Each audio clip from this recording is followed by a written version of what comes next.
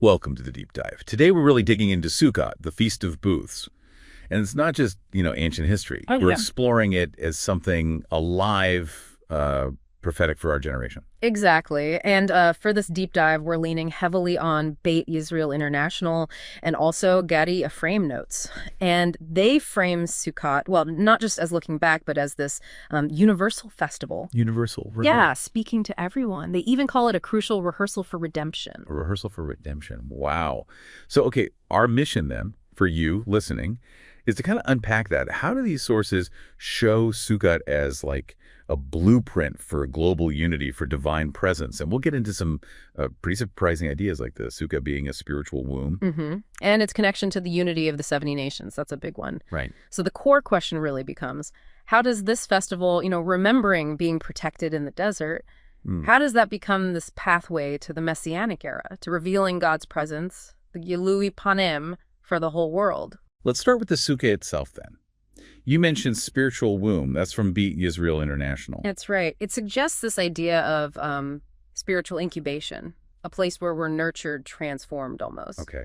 Preparing for a new reality. Exactly. And it's also seen as manifesting the clouds of glory, those protective clouds in the desert. Yeah, the miraculous ones. So it suggests that kind of overt divine presence returning, eventually covering everyone, the whole world, in the time of Mashiach.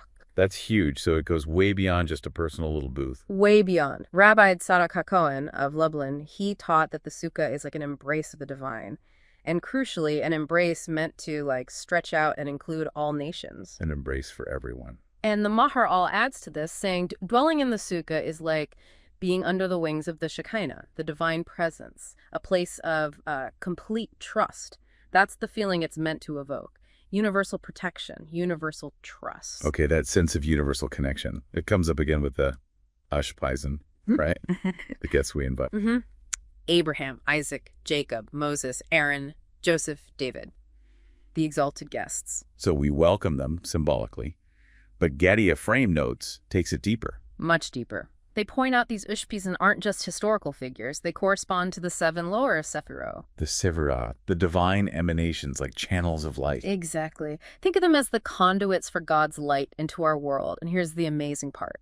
These 7 directly connect to the 70 nations of the world. Get out. Seriously. Seriously. And also to the 70 offerings brought in the temple for the nations, and even the 70 faces of Torah. So it's all tied together. The guests, the nations, the temple offerings, Torah's wisdom. It positions Sukkot as the festival for revealing Torah's light to the entire world, not just one people. It's incredible. That is incredible. And this unity theme, it carries through with the 4 species too, doesn't it? The lulav, etrog. Hadassim, Eravat. Yes.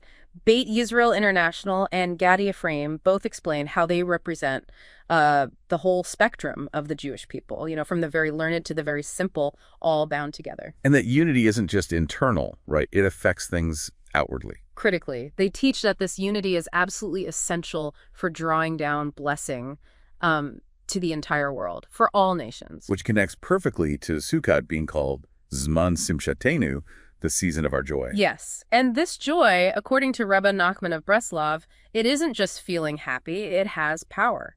He taught it can literally break the exile and bring forth the light of redemption. Wow. So the joy itself is part of the engine of redemption. You could say that.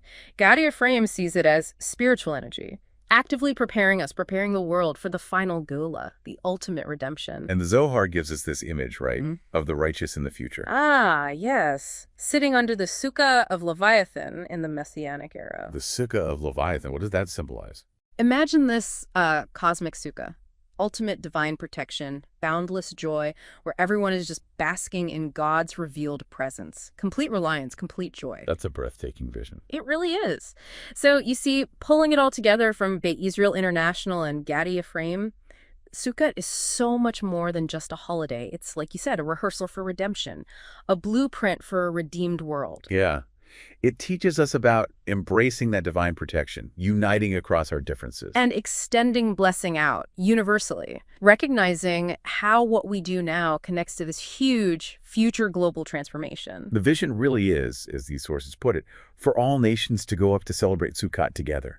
And then the earth will be filled with the knowledge of Hashem.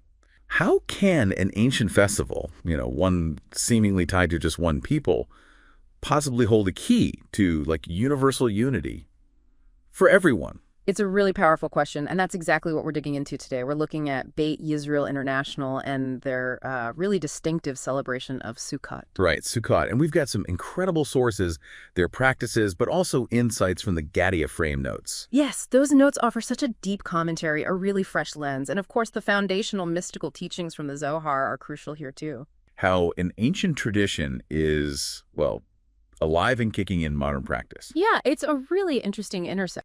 Back in the year 5785, during Sukkot, The festival, right, they welcomed the seven Ushpezin. These are described as seven supernal guests. right, into their sukkah every day of the festival. And this isn't just like a nice little custom, is it? It's got deeper spiritual weight. Oh, absolutely. It's seen as fulfilling a holy tradition, one that, bridges generations. So our mission then is to unpack this idea of welcoming supernal guests during Sukkot. Exactly. And how these practices, especially when you layer in the Gaddi Efrayim notes, they sort of create a pathway, a way to understand redemption, unity. It connects heaven and earth in a very tangible way. So for you listening, this is kind of a shortcut maybe to grasping some pretty complex spiritual ideas and seeing how they're maybe surprisingly relevant today. Expect some aha moments, I think. Definitely. It touches on faith, tradition, global connection. Okay, let's start with Beit Yisrael International, welcoming the seven Ushpezin. That's Abraham, Yitzchak, Yaakov, Moshe, Aaron, Yosef, and David into their sukkah. This was during Sukkot 5785. What's the spiritual weight behind inviting these specific figures, these Ushpezin? Well, what's really fascinating here is what the Zohar teaches. It says the sukkah isn't just a temporary hut. It becomes a holy meeting place. A meeting place. Between the higher and lower worlds. It's described as a prophetic vessel of redemption, even a throne for the Shekinah, the divine presence. Oh, a throne. And the Gaddi Efrayim notes really drive this home. They remind us these seven tzaddikim, these righteous figures, they're not just historical footnotes. Right, not just names from the past. No, they're seen as active participants in the redemptive unfolding of history right now. So Beit Yisrael International, by welcoming them, they're aligning with this deeper purpose. It's about trying to internalize the unique midah, the spiritual trait of each guest. So like Abraham's kindness, you don't just talk about it, you try to live it. Precisely. You actively embody it.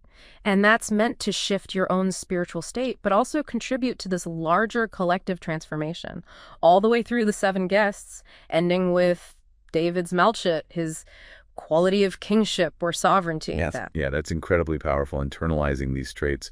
But what's the kind of the big goal? We hear this phrase, preparing for the rebuilding of the fallen sukkah of David. What is that, actually? It doesn't sound like just wooden canvas. No, definitely not. And if we connect this to the bigger picture, like the Gaddi Efrayim notes explain so profoundly, this fallen sukkah of David, it's a metaphor. Okay. For the spiritual framework of a world unified under the sovereignty of Hashem, under God. It's about a world in harmony. Ah, I see. So King David, arriving as the seventh Ushpiz, the Gaddi Efrayim notes, call this a coronation. It signifies the restoration of divine kingship in our world. So sitting in the sukkah then, it's not passive. Not at all.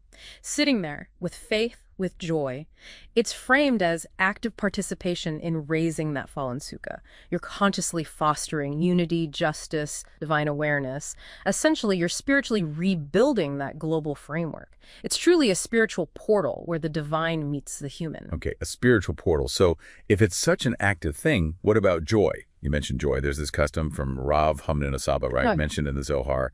And the Gaddi Efrayim notes talk about it too, standing in the sukkah entrance with shining joy. What's the deal with that specific instruction? That raises a really important point, especially for Beit Yisrael International's universal vision, that shining joy. It's not just feeling happy. It's described as the key that opens the gates of the upper worlds. The key, wow. Yeah. And it matters because Sukkot fundamentally is presented as a universal festival. Yeah. Think about the 70 bulls offered in the temple back in Jerusalem. Right, for the 70 nations. I remember that. Exactly. So the Ushpizin, while they come from a specific tradition, their influence, their light, is meant to extend to all humanity. The Zohar actually teaches their light will eventually flow to everyone through Mashiach ben David, the Messiah, Preparing the way for unity. preparing for the future unity of all peoples, dwelling together beneath the shade of the Shekinah. That's the vision. Okay, so let's just recap briefly. Feed Yisrael International, drawing on the Zohar and these Gaddi Efrayim notes, they offer this really profound way to engage with Sukkah. It's about welcoming the Ushpizin, embodying their traits. And transforming the simple Sukkah into a kind of cosmic sanctuary. Right, and making participants feel like partners in redemption. Exactly. Which leaves us, and you listening, with maybe a provocative thought to chew on. What does it mean for you personally to actively take part in building thrones for the Shekinah? And how can you help prepare the world for its true and eternal king, maybe simply by dwelling in faith and joy?